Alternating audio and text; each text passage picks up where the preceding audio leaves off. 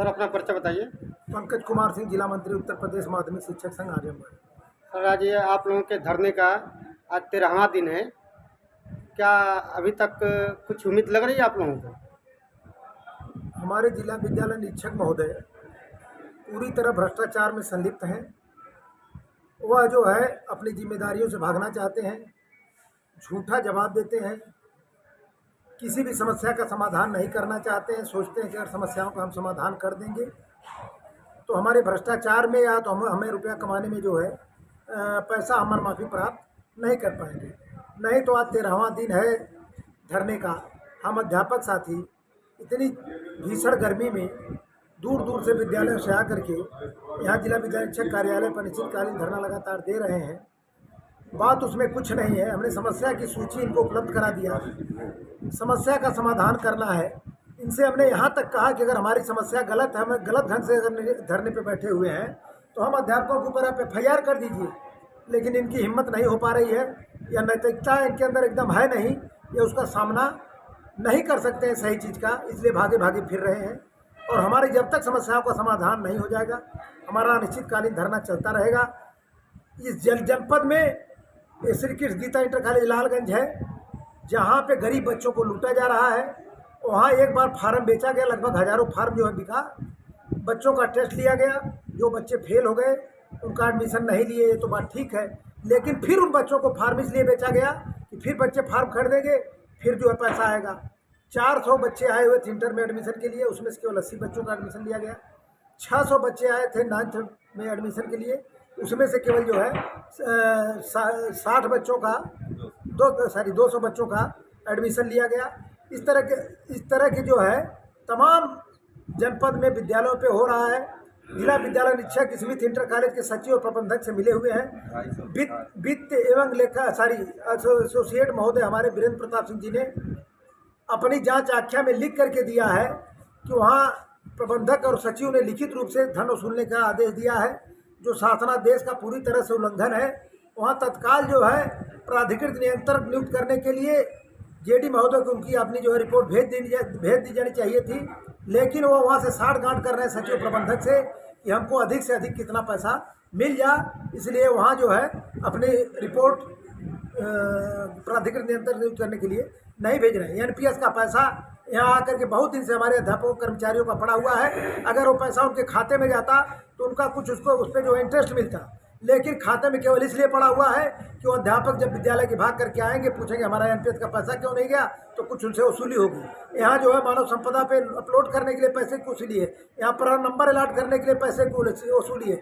जिला विद्यालय निरीक्षक कार्यालय में अगर आ गए आप तो निश्चित रूप से आपको कुछ न कुछ दे करके जाना है। इनके प्रकरण जो है आपको कुछ न कुछ पैसा दे करके जाना है। फार्म 16 जो है निःशुल्क मिलना चाहिए, लेकिन जो है हर विद्यालय से पैसा लिया जाता है अध्यापकों से, तब फार्म 16 जो है दिया जाए। शासनादेश का डायरेक्टर महोदय का आदेश है कि फार्म 16 अध्यापकों कर्मचारियों को निःशुल्क दिया गया। और हमारे जो वर्तमान जिला विद्यालय निरीक्षक महोदय आए हैं इस समय, यह अब तक के शिक्षक संघ के इतिहास में जब तक मैं जानता हूँ कि इतना भ्रष्ट डियास कोई आया ही नहीं। परसों मैं सोमवार को DM साहब से मिलूंगा। अगर हमारी समस्याओं का समाधान नहीं करते हैं तो निश्चित रूप से 21 तारीख को हम यहाँ लेटेंगे और हमारे सीने पर से इनको चढ़ के जाना होगा। जब तक हमारी समस्याओं का समाधान नहीं होगा तब तक यहाँ धरना चलता रहेगा। आप अपना परिचय दीजिए। मैं जामवंत निषाद, कार्यवाहक जिलाध्यक्ष माध्यमिक शिक्षक संघ आजमगढ़। आज जितने दिन से धरना प्रदर्शन आप लोगों का चल रहा है, क्या कुछ न्याय की उम्मीद लग रही है? हम न्याय की उम्मीद लेकर के ही यहाँ बैठे हुए हैं, और न्याय नहीं मिलेगा तो हम अनवरत यहाँ बैठते ही रहेंगे। 20 तारीख को हमारी छुट्टियाँ समाप्त हो रही हैं। 21 तारीख से जिस तरह से अध्यापकों की मंशा है और उनसे मंत्रणा और विमर्श तैयार कर लिया गया है, सभी अध्यापक साथी इस बात को लेकर के पुरजोर तरीके से आमादा हैं कि 21 तारीख को हम जिला विद्यालय निरीक्षक का परिषद भर देंगे और किसी भी अधिकारी और कर्मचारी को कार्यालय के अंदर नहीं जाने देंगे। जब तक समस्याओं का समाधान नहीं होता, हम अपनी समस्याओं के संदर्भ में बिंदुवार जिला विद्यालय निरीक्षक महोदय को अवगत भी करा चुके हैं। और करीब दिसंबर महीने से भी हमारी अनेक मांगें सब लंबित पड़ी हुई हैं, उस पर संज्ञान नहीं लिया गया। कुछ नई समस्याएं भी आ गई। नए सत्र का प्रारंभ भी हो चुका है, संस्थाओं में प्रवेश चल रहा है, अभिभावक और छात्र परेशान हैं। हम अध्यापकों की पीड़ा को नहीं सुना जा रहा है। पीड़ित अध्यापक किस तरह के राष्ट्र का निर्माण करेगा? कौन सी आशा और अपेक्षा अध्यापक से रखेगा अगर वो एक पीड़ित अध्यापक अपना सर्वस्व नहीं दे सकता? उसके कमिटमेंट में कमियां आ जाएंगी। इसलिए अध्यापकों के हितों को ध्यान में रखते हुए इन शिक्षा विभाग के अधिकारियों द्वारा, प्रशासनिक अधिकारियों द्वारा हमेशा ख्याल रखना चाहिए ताकि एक बेहतरीन शिक्षा की व्यवस्था की जा सके समाज में, और शिक्षकों की योग्यता और प्रतिभा का फलसफा समाज को मिल सके, होनहार छात्र पैदा हो सकें। लेकिन जिनके हाथों में शिक्षा की व्यवस्था दे दी गई, जिन्हें संस्थाओं को चलाने की जिम्मेदारी दे दी गई, वही भ्रष्ट हो गए तो शिक्षा कहाँ से बेहतरीन हो पाएगी? राष्ट्र कहाँ आगे निकल पाएगा? तो हमेशा राष्ट्र को आगे ले जाने का जिम्मा छात्र और शिक्षक के कंधे पर होता है, और छात्र और शिक्षक का अगर अहित किया जाएगा तो निश्चित ही राष्ट्र पीछे जाएगा। और इस देश में ऐसा ही हो रहा है, इस कार्यालय में भी ऐसा हो रहा है। तो शिक्षक समस्याओं को ध्यान में रखते हुए अविलंब अधिकारियों को अपनी आंखें खोल लेनी चाहिए, उनको संज्ञान लेना चाहिए। शिक्षकों के हितों का संरक्षण करते हुए एक संगत निर्णय लेकर के आदेश पारित करना चाहिए ताकि शिक्षक अपने दायित्व को पूरी तरह से संस्थाओं में निर्वाह कर सके, और संस्थाएं अपने पुरजोर तरीके से संस्थाएं जितनी क्षमता है उस क्षमता से काम कर सके और राष्ट्र का निर्माण हो सके।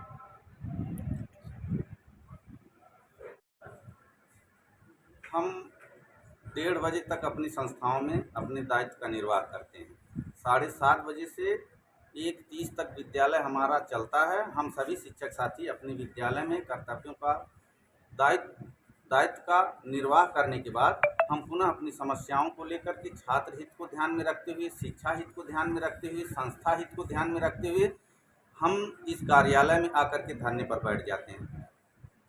लगभग 3 बजे तक अधिकांश शिक्षक साथी धरने पर उपस्थित हो जाता है, और जब हम सभी धरने पर आ जाते हैं, जिला विद्यालय निरीक्षक महोदय कार्यालय छोड़ करके अन्यत्र चले जाते हैं, और पुनः जब हम अपने धरने को समाप्त करते हैं शाम को, तो दिन डूबते डूबते देखा जाता है कि वह अपने वाहन से इस कार्यालय में आते हैं, देर रात तक रुक करके क्या काम करते हैं, कैसा आदेश पारित करते हैं, उसको हम लोगों को कोई जानकारी नहीं रहती है। और आप लोगों के माध्यम से हम यह भी अवगत कराना चाहते हैं कि इतनी भीषण गर्मी है, लू की चपेट है, हीट स्ट्रोक है, ये अलर्ट जारी किया जा रहा है भीषण गर्मी को देखते हुए।